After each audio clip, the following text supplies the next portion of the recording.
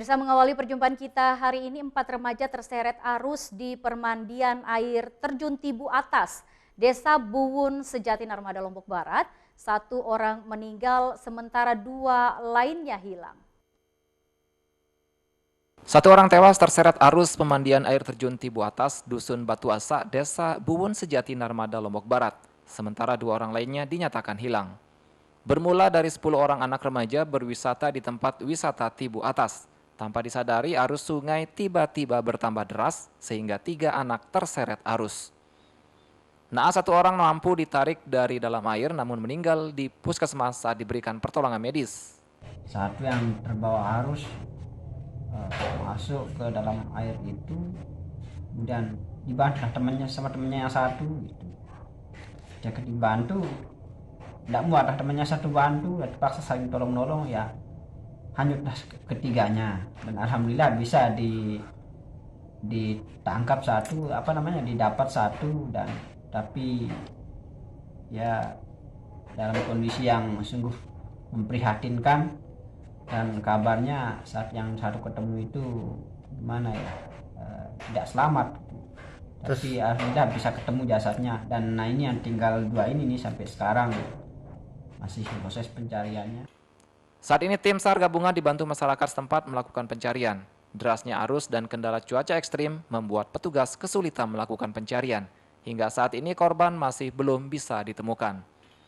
Kejadian ini 6 remaja mengalami trauma dan dievakuasi ke puskesmas setempat.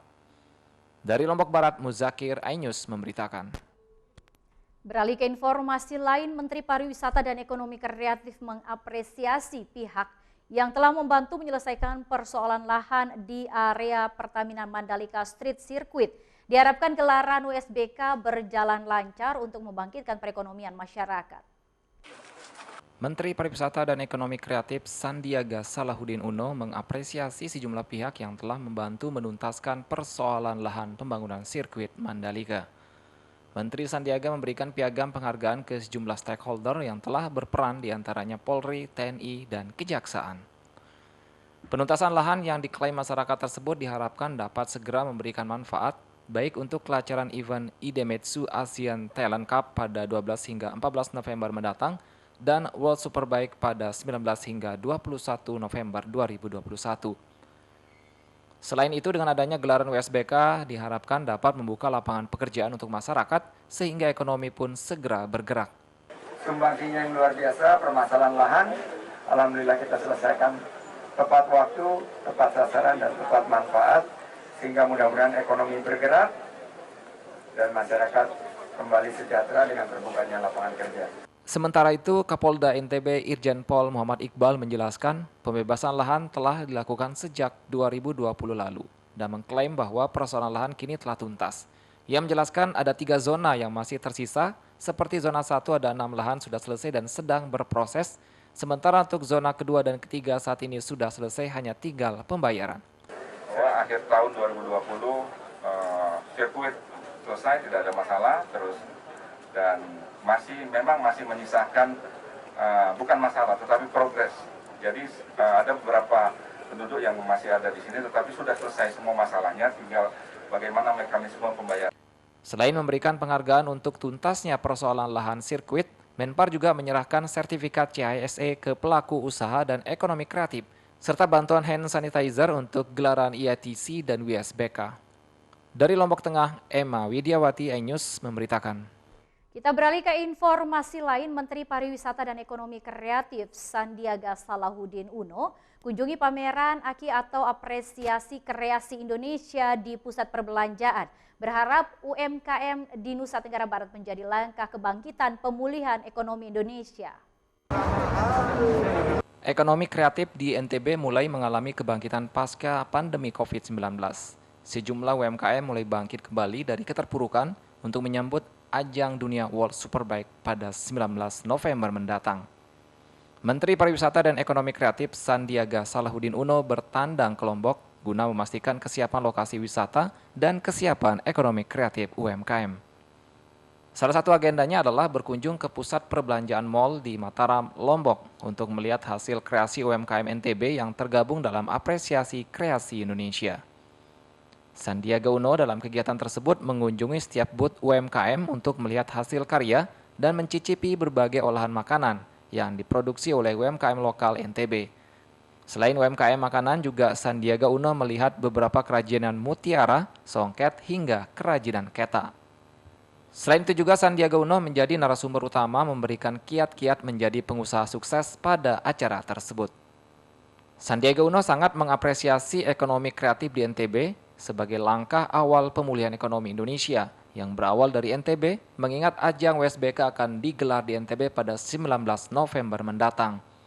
Selain itu juga pentingnya kesiapan seluruh produk dalam hal kualitas, pengemasan yang menarik, dan strategi marketing untuk mempersiapkan diri saat wisatawan mulai berdatangan. Produk-produk ini harus siap, karena setiap ada perhelatan, event, dan lain sebagainya, kualitas, packaging, dan juga tentunya strategi marketing harus dilakukan dengan penuh perencanaan. Dalam kunjungannya kesekian kali ke NTB, Sandiaga Uno terus mendorong UMKM NTB dan juga pariwisata menunjang sirkuit Mandalika untuk berbenah dan menjadi lebih baik guna persiapan event-event besar yang menanti Indonesia di Lombok untuk tahun-tahun selanjutnya. Dari Mataram, Vinka Andini, iNews memberitakan.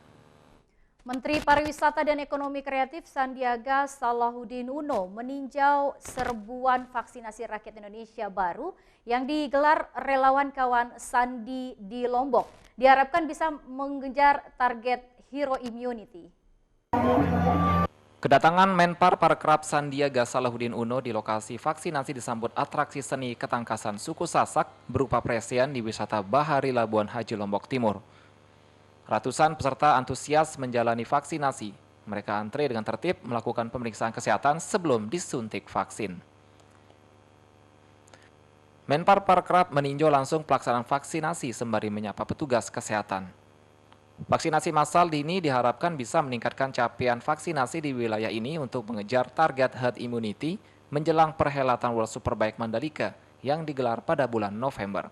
Harapannya kan World Superbike ini segera digelar akan terbuka lapangan kerja seluas-luasnya dan ekonomi kita bangkit.